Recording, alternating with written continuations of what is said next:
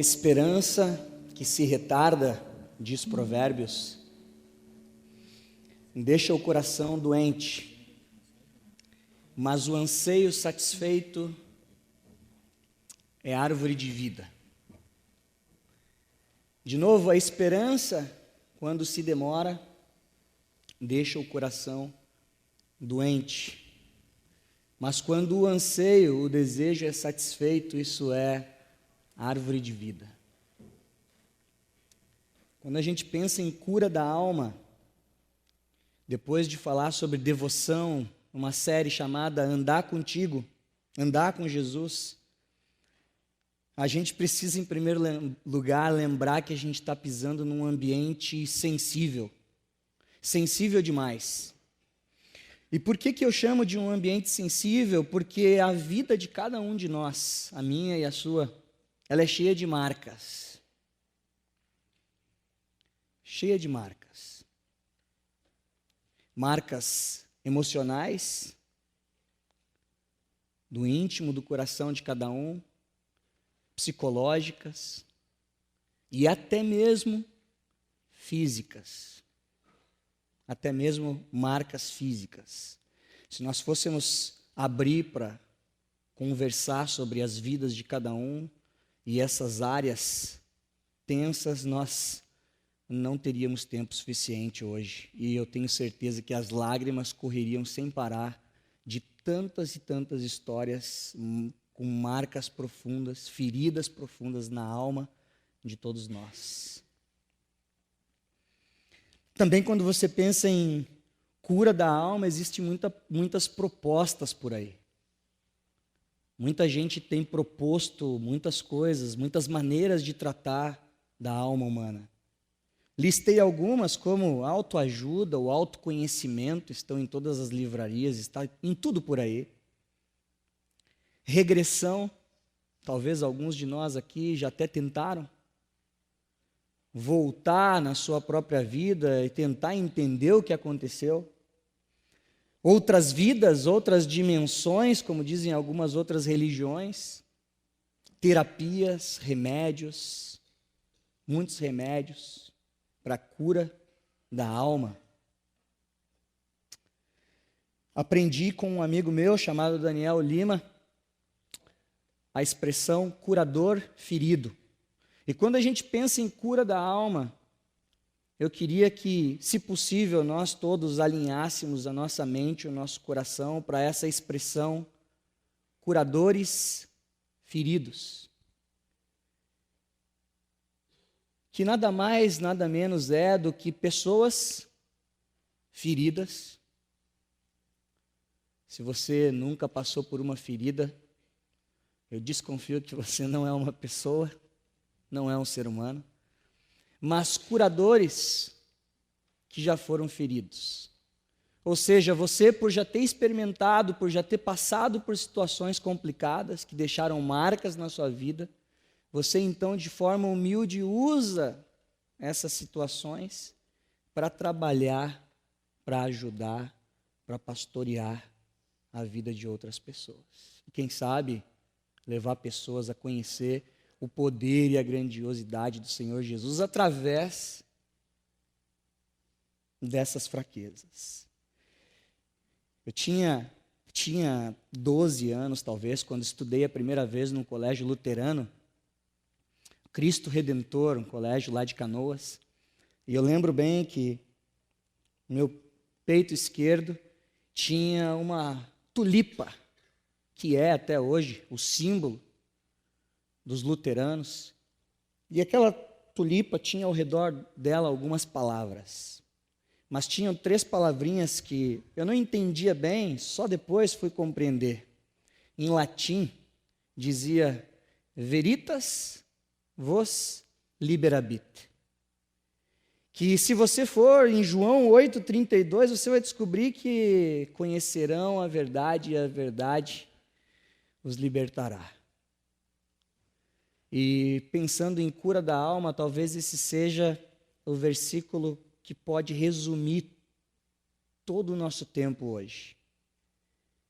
A partir do momento que conhecemos a verdade, não só somos libertos de uma vida pecaminosa, mas somos libertos de muitas outras coisas no que diz respeito à vida cristã.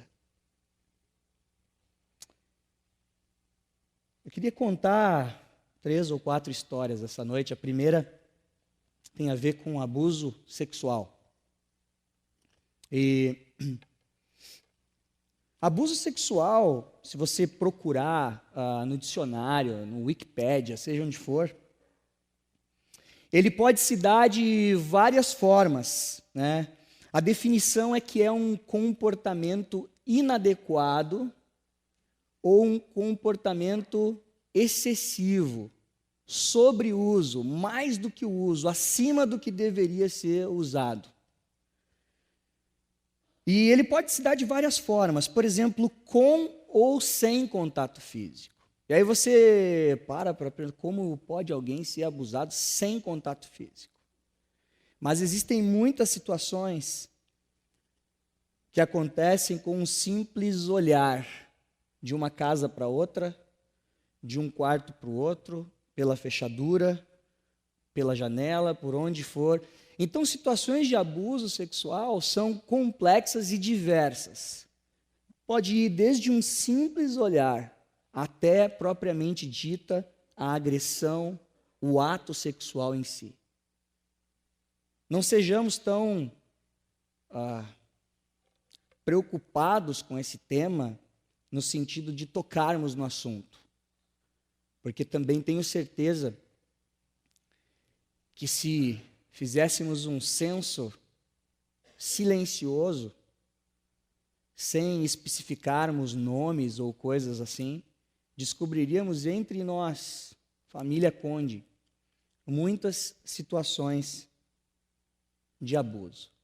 Eu mesmo, quando tinha aproximadamente 4, 5 anos de idade, morava em Canoas e tinha um sítiozinho, um bairro um pouco mais afastado do centro, e tinha cercas de madeira antigas que dividiam as casas. Brincávamos ali, eu e meus vizinhos, meus amigos, passava o carrinho de um lado para o outro na cerca, pulava a cerca, quebrava, no fundo tinha um espaço para ir, tinha um galpão com carroça, cavalos e coisas assim. E eu lembro que eu tinha um amigo que morreu com 6 aninhos, chamado Maninho, era o apelido dele. E esse Maninho tinha um irmão de aproximadamente 15, 16 anos. E esse irmão abusou de mim e do Maninho, não uma nem duas, talvez, não chega a 2 mãos, mas abusou sexualmente de nós, dentro dessa esfera de um simples olhar até propriamente qualquer outra coisa, e marcou as nossas vidas com aquilo. O Maninho morreu com 7 anos, mas eu fiquei vivo. E aí você se pergunta como reagir diante de uma situação dessa. Fui procurar o ofensor, o agressor, há algum tempo, ele já tinha falecido. Então hoje, depois dessa primeira história real, nós vamos conversar sobre algumas outras histórias que marcaram a minha alma, a minha vida. E eu sei que as minhas marcas não esgotam o assunto de cura da alma e de histórias para cada um de nós. Mas talvez seria interessante pegarmos os princípios de como lidar com essas feridas. Então, eu queria pedir para você abrir em 2 Coríntios 4:4 e me acompanhar nesse primeiro texto. E esse texto, ele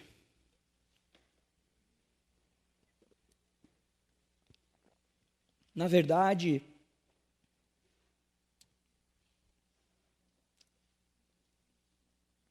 resume como nesses anos eu tenho enxergado essa situação e como eu tenho lidado com ela. 2 Coríntios, capítulo 4, versículo 4. Esse texto simples, conhecido de todos nós, das Escrituras, diz assim: o Deus dessa era cegou o entendimento dos descrentes, para que não vejam a luz do evangelho da glória de Cristo, que é a imagem de Deus. A primeira coisa que eu aprendo nesse texto é que existe uma manipulação da divindade dessa era. Muita gente pode olhar para essa situação e fazer a pergunta clássica: por que Deus permitiu isso? E nós nos esquecemos que o leão, no sentido pejorativo, o maligno está solto. E é um período em que ele ataca ferozmente as nossas famílias e cada um de nós. E o texto diz que existe uma manipulação da divindade dessa era em nosso meio. Que muitas pessoas são influenciadas por essa divindade, por esse Deus com D minúsculo maligno, chamado Satanás. Que com certeza mexeu com a vida do Anderson para que abusasse do seu irmão e do seu vizinho.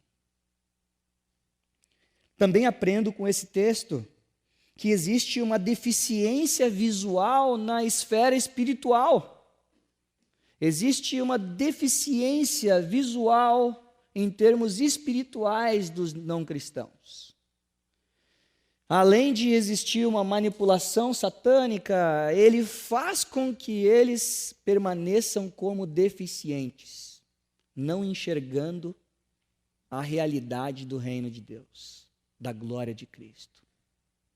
E por fim, eu diria que nós aprendemos desse texto que existe, por causa dessa manipulação e da cegueira, existe um caos intrapessoal e interpessoal nos nossos relacionamentos na sociedade. Por isso o Anderson fazia o que fazia com a gente, porque existe um caos manipulado por Satanás, uma cegueira do indivíduo, e tudo isso afeta a gente. Por isso não devemos perguntar por que Deus permitiu. Porque nós sabemos que o mal está solto.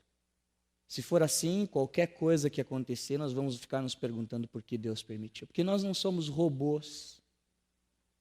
Nós temos liberdade. E o Senhor vai acabar com tudo isso em breve. Mas hoje, Ele continua solto ao redor, buscando quem Ele possa tragar e devorar.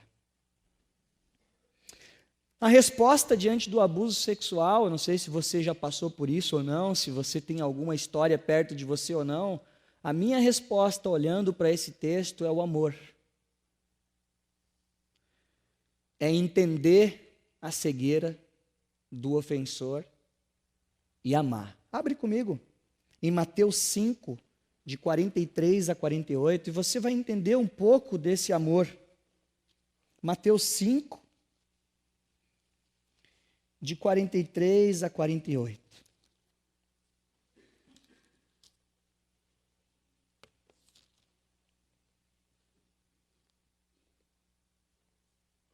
Tem um pouco a ver com o que o Nando falou aqui na frente sobre a fase também. Vocês ouviram o que foi dito: ame o seu próximo e odeie o seu inimigo. Mas eu lhes digo: amem os seus inimigos e orem por aqueles que os perseguem, para que vocês venham a ser de fato filhos de seu Pai que está nos céus.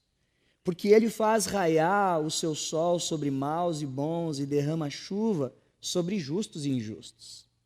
Se vocês amarem aqueles que os amam, que recompensa vocês receberão?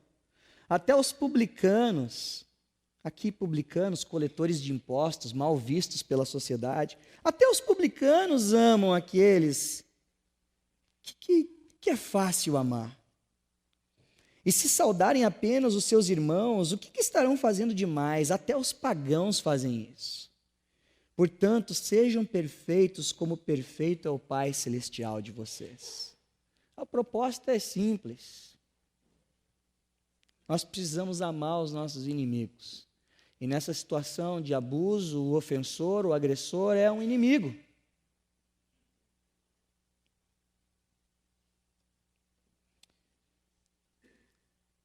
Diante do inimigo, amor. Vamos falar um pouco de chão de fábrica, de como lidar com essa situação de uma forma bem prática. Converse com Deus sobre o assunto. Se você foi abusado alguma vez no passado e nunca tratou com essa ferida, converse com Deus sobre o assunto. Primeiro passo. Ele sabe. Converse com Ele, olhe para as Escrituras e procure textos que possam fundamentar a sua atitude diante dessa ofensa. Segunda coisa, prática, converse com alguém maduro na fé, um discipulador, um líder de grupo pequeno, um amigo seu chegado, irmão. Peça apoio espiritual para que as respostas que Deus te deu, você consiga levar ela em frente e tratar o assunto. Em terceiro lugar, eu diria, converse com o agressor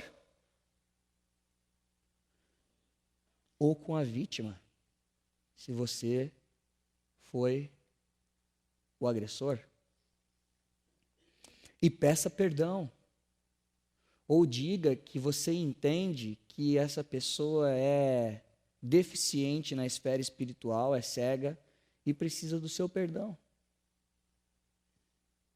E use essa oportunidade como um testemunho de evangelismo, como um testemunho para mostrar a glória de Cristo que Satanás está cegando dele.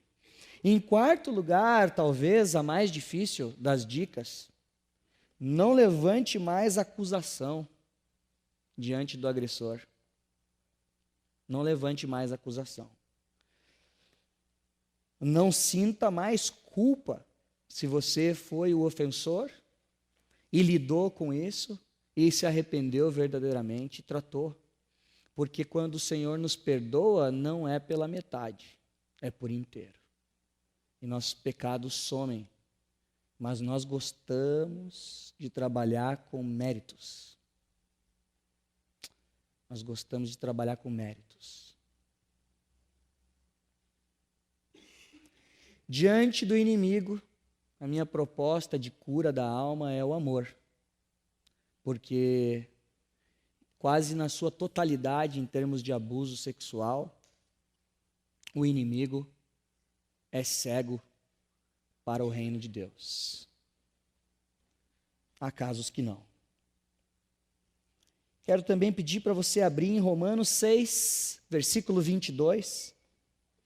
E quero falar um pouco da segunda história da noite, que feriu também minha alma, provavelmente dos 11 aos 17 anos. Que são diversos vícios antigos que eu alimentei por bastante tempo. O primeiro deles foi o cigarro. Não quero aqui trabalhar simplesmente com uma atitude de fumar ou não, se é pecado ou não, esse não é o ponto. Estou falando dos meus vícios do passado. Esse assunto a gente pode tratar uma outra hora. Mas por 6 anos fumei bastante e tive uma luta de 1 ano e pouco até conseguir largar o vício da nicotina. Também experimentei muitas drogas, algumas mais pesadas. Felizmente não me afundei nas drogas a ponto de me tornar um dependente químico, mas experimentei bastante, convivi num ambiente hostil nesse sentido, num ambiente fácil de tê-las em mãos. A bebida também fez parte nesses anos bastante, de uma maneira mais profunda até que as drogas na minha vida. E a pornografia, clássico de muitos rapazes aqui, até moças também. Todos esses vícios antigos essa relação com algo que te domina, deixa marcas profundas. Vamos ser bem específicos quando tratamos de pornografia, por exemplo. Sabemos até cientificamente que caminhos no cérebro do homem ou da mulher que se envolvem com isso, caminhos que as informações dessas imagens e de prazer geram no cérebro humano, causam muitos prejuízos e deixam como se fosse um campo de trigo, seja outra plantação, deixa brechas e marcas naqueles caminhos que, quando o indivíduo retorna a lidar com isso, automaticamente esses caminhos já estão abertos, já estão devastados na mente do usuário de pornografia. As bebidas, nós sabemos o mal que causa nas famílias e até mesmo no próprio físico do ser humano, as drogas, e deixa muitas marcas, especialmente relacionais, que quando você está usando drogas, afeta toda a sua família, afeta as suas relações, você diz o que não queria dizer, você pensa o que não queria pensar, você age como Provérbios chamaria de como um insensato, e deixa muitas marcas, muitas marcas. Romanos 6, versículo 22, diz assim: porque nós precisamos ter uma resposta diante da nossa alma, das inquietações, já que eu experimentei tudo isso. E Romanos 6, 22 nos liberta dizendo que vocês foram libertados do pecado e se tornaram escravos de Deus. O fruto que colhem leva à santidade, e o seu fim é a vida eterna. E tem um paradoxo aqui. Como eu posso ser liberto e eu me torno um escravo de Deus?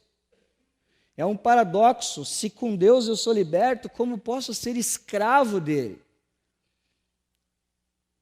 Eu diria que nós podemos aprender com esse texto algumas coisas. Primeiro, que houve já uma ruptura com a dimensão do pecado quando Cristo nos perdoou e nos alcançou. Existe uma ruptura.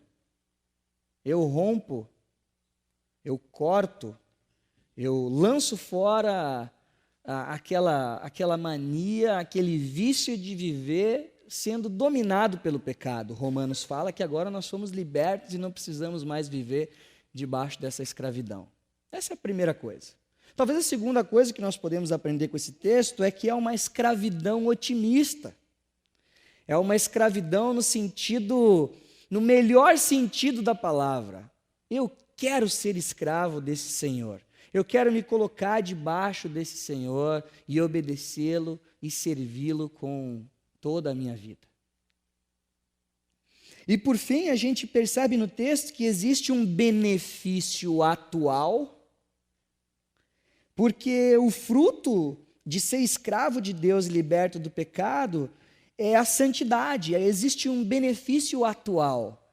Todo aquele vício e aquela depravação que eu vivia nos meus vícios e pecados, hoje já não vivo mais, porque vivo em santidade. Benefício, já hoje do reino.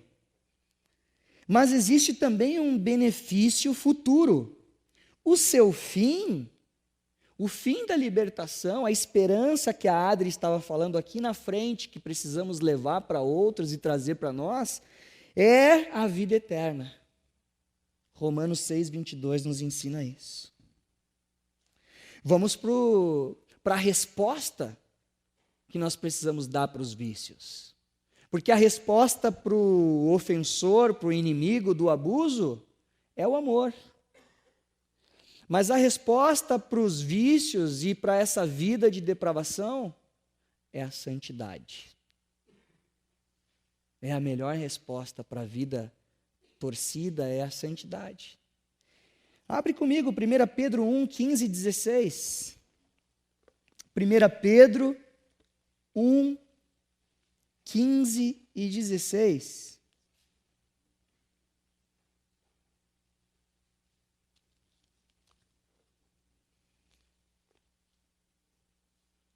Assim como é santo aquele que os chamou, sejam santos vocês também em tudo o que fizerem. Pois está escrito: sejam santos, porque eu sou santo. Vamos para o chão de fábrica de novo.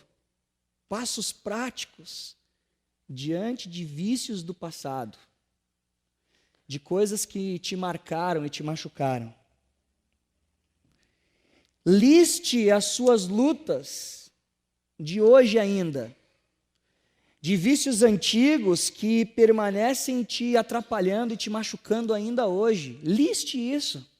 Deixa eu dar um exemplo prático. Todas as vezes, praticamente, que depois do almoço eu saio aqui pela rua e passo pela Roosevelt, a Presidente Roosevelt, sempre tem muitos restaurantes ali. E muitas pessoas têm o hábito, depois de almoçar, de fumar. Tomar um cafezinho preto e fumar. Não foi uma nem duas vezes que eu tive muita vontade de fumar de novo. Porque eu tenho marcas profundas nessa área. Biologicamente, eu tive prazer com a nicotina por muito tempo. Quimicamente, eu fui afetado. Várias vezes que eu passei por ali e senti o cheirinho do cigarro, eu pensei, que vontade de fumar um cigarrinho. Liste as suas lutas atuais, as coisas que ainda te assombram dos vícios do passado, daqueles que parece que tu não foi liberto por completo ainda. Segundo lugar, converse com Deus sobre isso. Deus, estou tendo muita vontade de fumar. Terceiro lugar, converse com alguém maduro e peça que ele te cobre e te acompanhe. Sejamos práticos. Quarto lugar, e talvez a mais difícil, tome medidas práticas. Se eu sei que ali é o lugar onde sempre tem alguém fumando e eu luto com aquilo, eu vou passar longe. Se eu sei que o uso da pornografia é algo recorrente na minha vida, jovens, adolescentes, homens, adultos, mulheres, enfim, eu tomo cuidado com onde eu navego, como eu navego, que horas eu assisto, que horas eu não faço, para que eu não entre de novo. De repente, a sua luta tem a ver com algo biológico, de drogas ainda do passado, vai para uma clínica. Vou perder tempo da minha vida. Eu já vi muitos usuários de drogas passam uma, duas vezes e não querem mais ir para se tratar porque acham que estão perdendo tempo. Desculpa o parêntese que eu vou fazer agora. E espero que fique como um ensino para nós que temos ao nosso redor casos assim. É a velha história do elefante no meio da sala. E a gente fica conversando por baixo do elefante, do lado do elefante. A pauta de Deus para o indivíduo que biologicamente, quimicamente sofre com isso é: vá tratar-se. Não é permaneça aqui assim, recorrente em tudo isso. Medidas práticas. Diante do inimigo, amor. Diante da depravação dos vícios passados, santidade. E o divórcio? Queria pedir para você abrir em Efésios 2,19. Como que a gente lida com o divórcio na nossa família?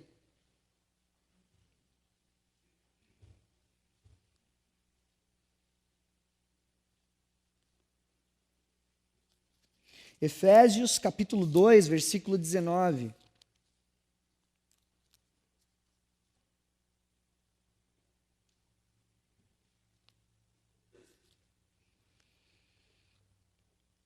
Com 14 anos, eu lembro, 1º de janeiro de 98, nunca vou esquecer dessa data, meu pai e minha mãe oficializaram, então, a separação. E a separação, ela é cheia daquelas coisas clássicas, né?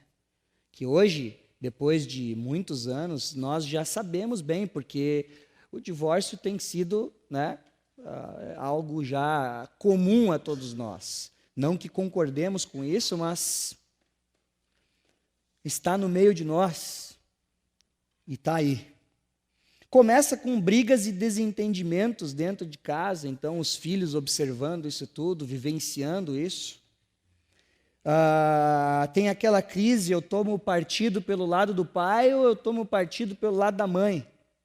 Então tem dias que a mãe, tem dias que o pai. Tem também a questão de separação física e emocional, né, no divórcio dos pais. Né? Você se separa fisicamente de um deles, normalmente os filhos ficam com a mãe, em alguns casos com o pai, mas mais raramente.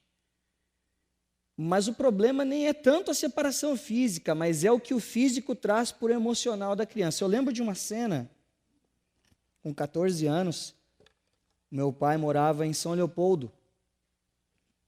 E antes que vocês perguntem sobre todos esses assuntos, eu conversei com eles antes. E eles me liberaram para conversar sobre esses assuntos. Mas meu pai morava em São Leopoldo e minha mãe em Canoas. E eu encontrei com meu pai no centro de Canoas. E nós tomamos um sorvete junto, almoçamos e conversamos, talvez por umas 2, 3 horas. E foi uma das cenas mais marcantes, que mais causou dor na minha alma, no meu coração, porque foi a primeira vez que eu o encontrei depois da separação. E depois de 2, 3 horas juntos, nós nos despedimos com um beijo, um abraço, e cada um foi para um lado, porque se você conhece o centro de Canoas, para um lado é o metrô e para o outro lado você pega ônibus para entrar dentro da cidade.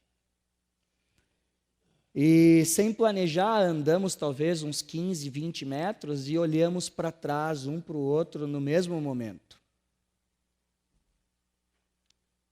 E, como você deve imaginar, naquele dia eu chorei muito, e meu pai também. Que ele estava indo embora e eu estava indo para o outro lado, com 14 anos, longe do seu pai, né? Essa história não é comum só a mim, é uma história comum a muitos de nós, mas causa marcas profundas. E as relações familiares são todas desequilibradas. Mas Efésios 2,19 dá uma resposta para que a gente cure a nossa alma nesse sentido. Diz assim: vocês já não são estrangeiros nem forasteiros, mas concidadãos dos santos e membros da família de Deus. E dá para aprender nesse texto, por exemplo, que nós éramos órfãos, forasteiros, todos nós, perdidos sem Cristo, na orfandade, peregrinando perdido espiritualmente. Também a gente pode aprender que nós ganhamos, foi estabelecido para nós a cidadania divina. Se você abre no início, no capítulo 1 de Efésios, está escrito assim: aos santos que estão em Éfeso. E ela é muito legal brincar assim, como assim aos santos que são cidadãos celestiais, mas que estão temporariamente morando em Éfeso. É muito bonito isso. Aos santos que estão em Porto Alegre. Aos santos que estão em Porto Alegre. A resposta é identidade. Você lembra da primeira resposta para o inimigo? A resposta para o inimigo, para o ofensor, é amor. A resposta para a depravação, para vícios do passado, para uma vida esdrúxula é santidade.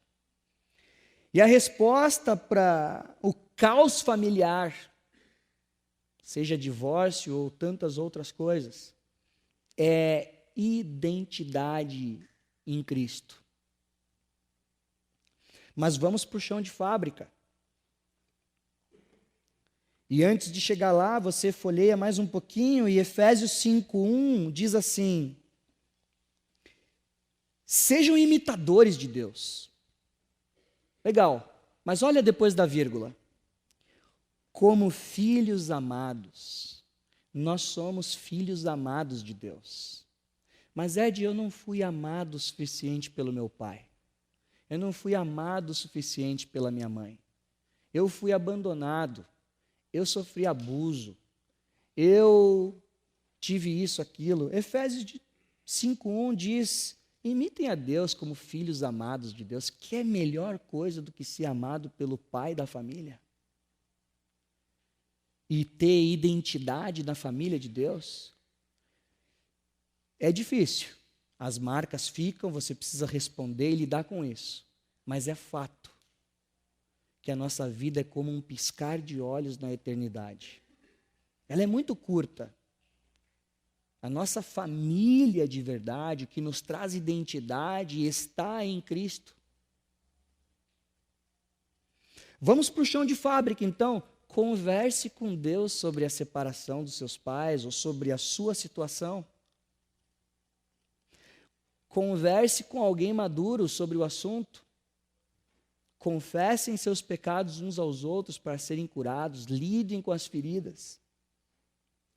Converse com os envolvidos. Não hesite. Não tenha medo. Conversei com meus pais muitas vezes, sobre a situação. E, de novo, não levante mais acusação, porque nós somos libertos. Então, nós vimos 3 situações. A resposta diante do inimigo é o amor. A resposta diante da depravação do passado, de vícios, é a santidade.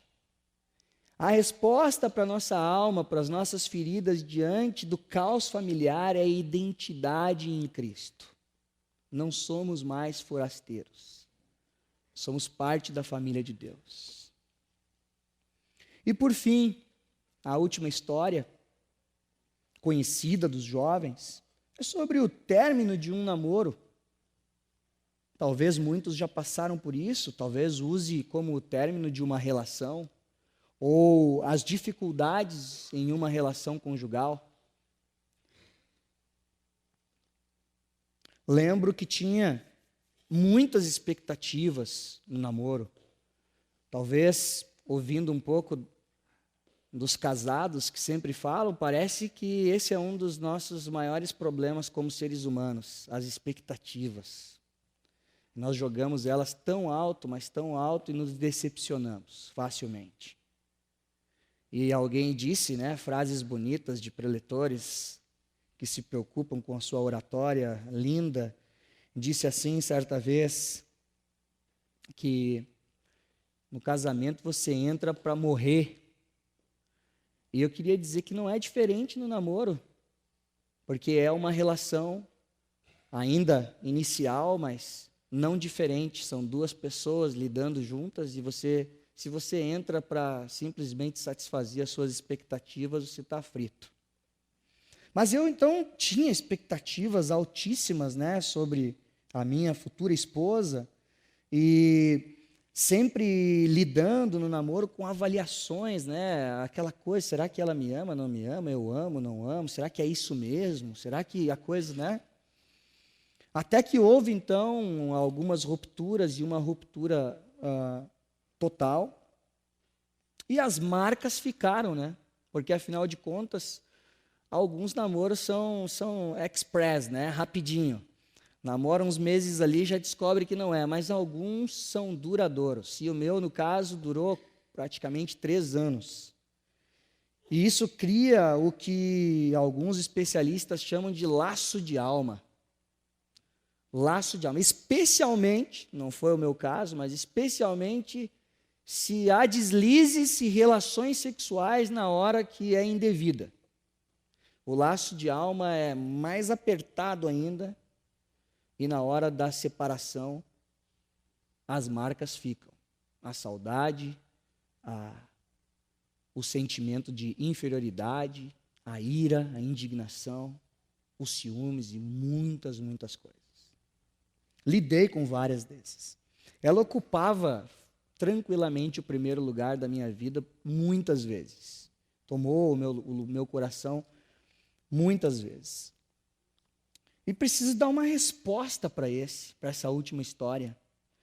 Eu preciso aprender com as feridas que o Senhor me permitiu passar.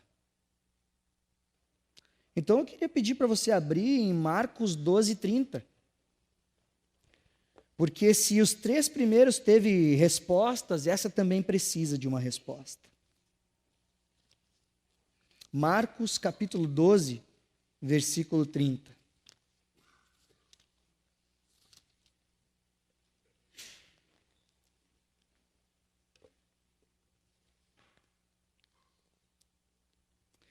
Ame o Senhor, o seu Deus, de todo o seu coração, de toda a sua alma, de todo o seu entendimento e de todas as tuas forças. Olhando para esse texto, eu aprendo que eu posso ter múltiplos objetos de afeição. Posso ter uma namorada, uma noiva. Posso ter carreira, profissão, sucesso pessoal como um objeto da minha afeição, do meu amor, e colocar ele em pedestais bem altos. Eu também aprendo com esse texto que a prioridade divina para a nossa adoração. Deus tem a prioridade na nossa adoração. Ame o Senhor teu Deus. E o resumo da lei, Jesus responde dizendo: amarás o Senhor teu Deus e o próximo como a ti mesmo. E eu aprendo também, além de poder transitar por objetos que não deveriam estar em primeiro lugar, mas às vezes tomam o primeiro lugar do meu coração, e além de aprender que a prioridade é divina, eu entendo que eu tenho que ser íntegro na minha relação com Deus, a integralidade da minha relação. O texto diz: ama de todo o teu coração, de toda a tua alma, de todo o teu entendimento, de todas as tuas forças, e se nós tivéssemos que parafrasear, nós poderíamos dizer: ama com todo o teu ser o Senhor. Ama por inteiro o Senhor. Eu peguei um rascunho que eu fiz certa vez, eu achei bonito, achei legal a ideia, e tinha a ver com essa fase da vida. E escrevi, peguei de um livro como se fosse um objetivo para mim, nessa área que eu queria me curar, porque eu não tinha o Senhor como a pessoa mais importante no meu coração. E o escritor sugeriu que nós você trocasse o nome quando você fosse escrever. E eu fiz a troca do nome.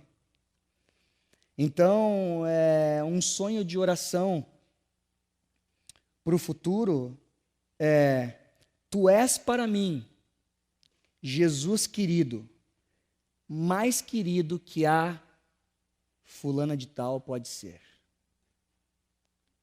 Ou o contrário, talvez ela orando e entendendo nessa relação: tu és para mim, Jesus querido, mais querido que o Ednardo pode ser. Daí as coisas estão no lugar onde elas devem estar. E a resposta para o término de um namoro, para essa idolatria do coração ali, é que essa esquizofrenia é satisfação. Salmo 23:1, o Senhor é o meu pastor, de nada terei falta. Vou me satisfazer nele, ele é o meu pastor, ele é a minha satisfação, ele é a minha alegria. Talvez o chão de fábrica seria, nesse último tema, o seguinte: não deixe namoros e relações antigas mal resolvidas. Converse tudo o que você precisa conversar. Procure auxílio de alguém maduro. E trace metas para a sua caminhada com Jesus, metas de crescimento, que responda a essas dificuldades todas da sua alma. Então nós temos 4 situações que não acabam com o assunto, porque as feridas da alma, enquanto eu contava aqui as minhas, muito provavelmente você pensava nas suas. Talvez não o tempo inteiro, mas em algumas situações. Como elas não são e não foram esgotadas aqui com essas 4 histórias pessoais, talvez o que pode ficar para a gente são os princípios disso tudo. Diante de ofensores e inimigos, o amor. Diante de uma vida depravada e longe do Senhor, a santidade. Imitar a Deus. Diante do caos familiar, identidade em Cristo por pertencer à família de Deus. E não ser mais órfãos, sermos mais órfãos espirituais. E diante de um coração que coloca tantas outras coisas acima do Senhor, a resposta é satisfação em Cristo. Satisfação nele. Eu quero terminar lembrando que o que nós falamos no início. Cura da alma é um ambiente sensível.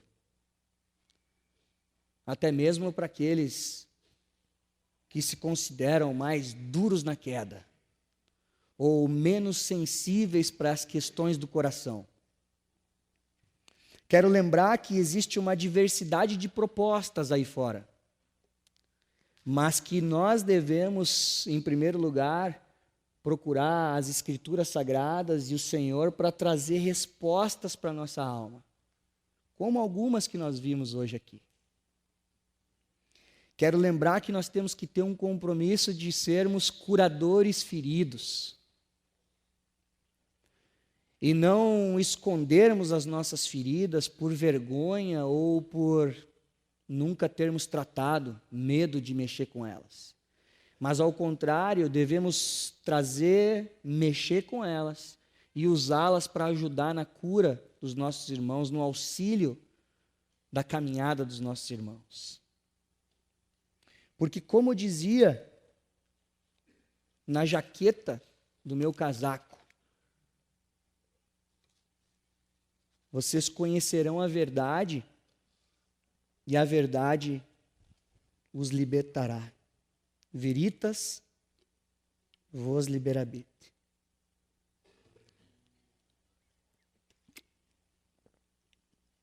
Gostaria que você me acompanhasse no refrãozinho de uma música conhecida nossa. E teimei com o Cláudio para usar o violãozinho sem estar plugado, porque queria que fosse algo bem intimista nosso aqui, bem descansado. Como que eu posso falar sobre algumas feridas da minha alma e lembrar vocês das feridas de vocês, sem que no final seja um culto ao coitadismo, que nós corremos o risco, e não era essa a intenção, sem que corrêssemos o risco de darmos glória simplesmente para as dissimulações satânicas e até do nosso próprio coração que nos leva a viver todas essas experiências, e aí a gente sai daqui cultuando essas coisas ruins, mas nós precisamos sair daqui lembrando que o Senhor, através da verdade, nos liberta, e Ele nos dá sanidade, nos dá cura, nos dá bálsamo para as feridas do nosso coração. Amor, santidade, o que mais? Identidade. Qual é o último? Satisfação em Cristo. Canta junto comigo. Aquela conhecida. Está desafinado isso aqui.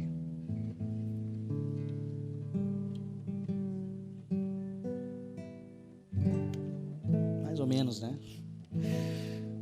Essa é uma maldição do Cláudio, que não quis deixar, não queria que eu usasse. Ele é o meu Senhor. Vamos achar aqui o tom. Ele é o meu Senhor, Ele é o Rei dos Reis, Ele é o Pai de amor, poderoso Deus, é o Emanuel, é o grande eu sou.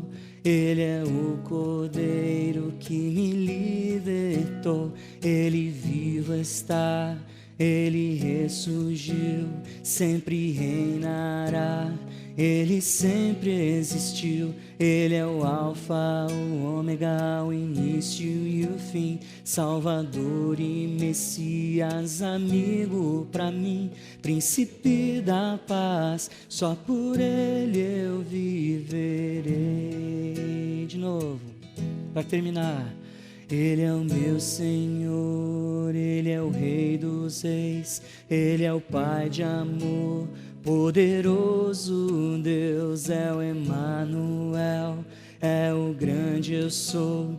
Ele é o Cordeiro que me libertou, Ele vivo está, Ele ressurgiu, sempre reinará, Ele sempre existiu. Ele é o Alfa, o Ômega, o início e o fim, Salvador e Messias, amigo pra mim, Príncipe da paz, só por Ele eu viverei. Te agradecemos muito, Senhor, por podermos mais um domingo sentar ao teu redor e termos como curadores feridos a liberdade em família, de conversar e pensar sobre questões tão íntimas, que nos machucam, que nos ofendem, que deixam marcas sobre as nossas vidas. Eu realmente, Pai, não sei a situação dos meus irmãos, mas eu quero clamar para o Senhor que o teu Espírito constranja, ensine e conforte cada um a lidar com essas questões. E que aqueles que estão angustiados, desejosos também de lidar com essas questões, tenham a coragem e a humildade de procurar irmãos maduros, líderes, amigos, para tratar com essas feridas da alma. Porque a esperança que se retarda deixa o coração doente, a esperança de todos nós de termos a nossa alma curada, reestabelecida, restaurada, deixa o coração doente. Mas quando a gente lida com essas coisas, encontra na tua palavra as respostas, o anseio então torna toda essa vida antiga, passada, torna essa vida uma árvore de vida, deixa ela de lado e transforma ela. Então eu te peço que o amor, que a santidade, que a identidade de família e que a satisfação em ti seja assim notada entre nós, que nós sejamos curadores feridos de verdade, que a verdade nos liberte de verdade, porque tu é o Senhor. A ti é toda a glória pelas transformações que tu fez, não só na minha vida, mas na vida também dos meus irmãos aqui, Pai. Muito obrigado, Senhor, pela liberdade que o Senhor nos dá. Essa liberdade otimista. Nós estamos esperando o Senhor Jesus voltar, Pai. Estamos aqui te esperando. E oramos em nome de Cristo, Senhor.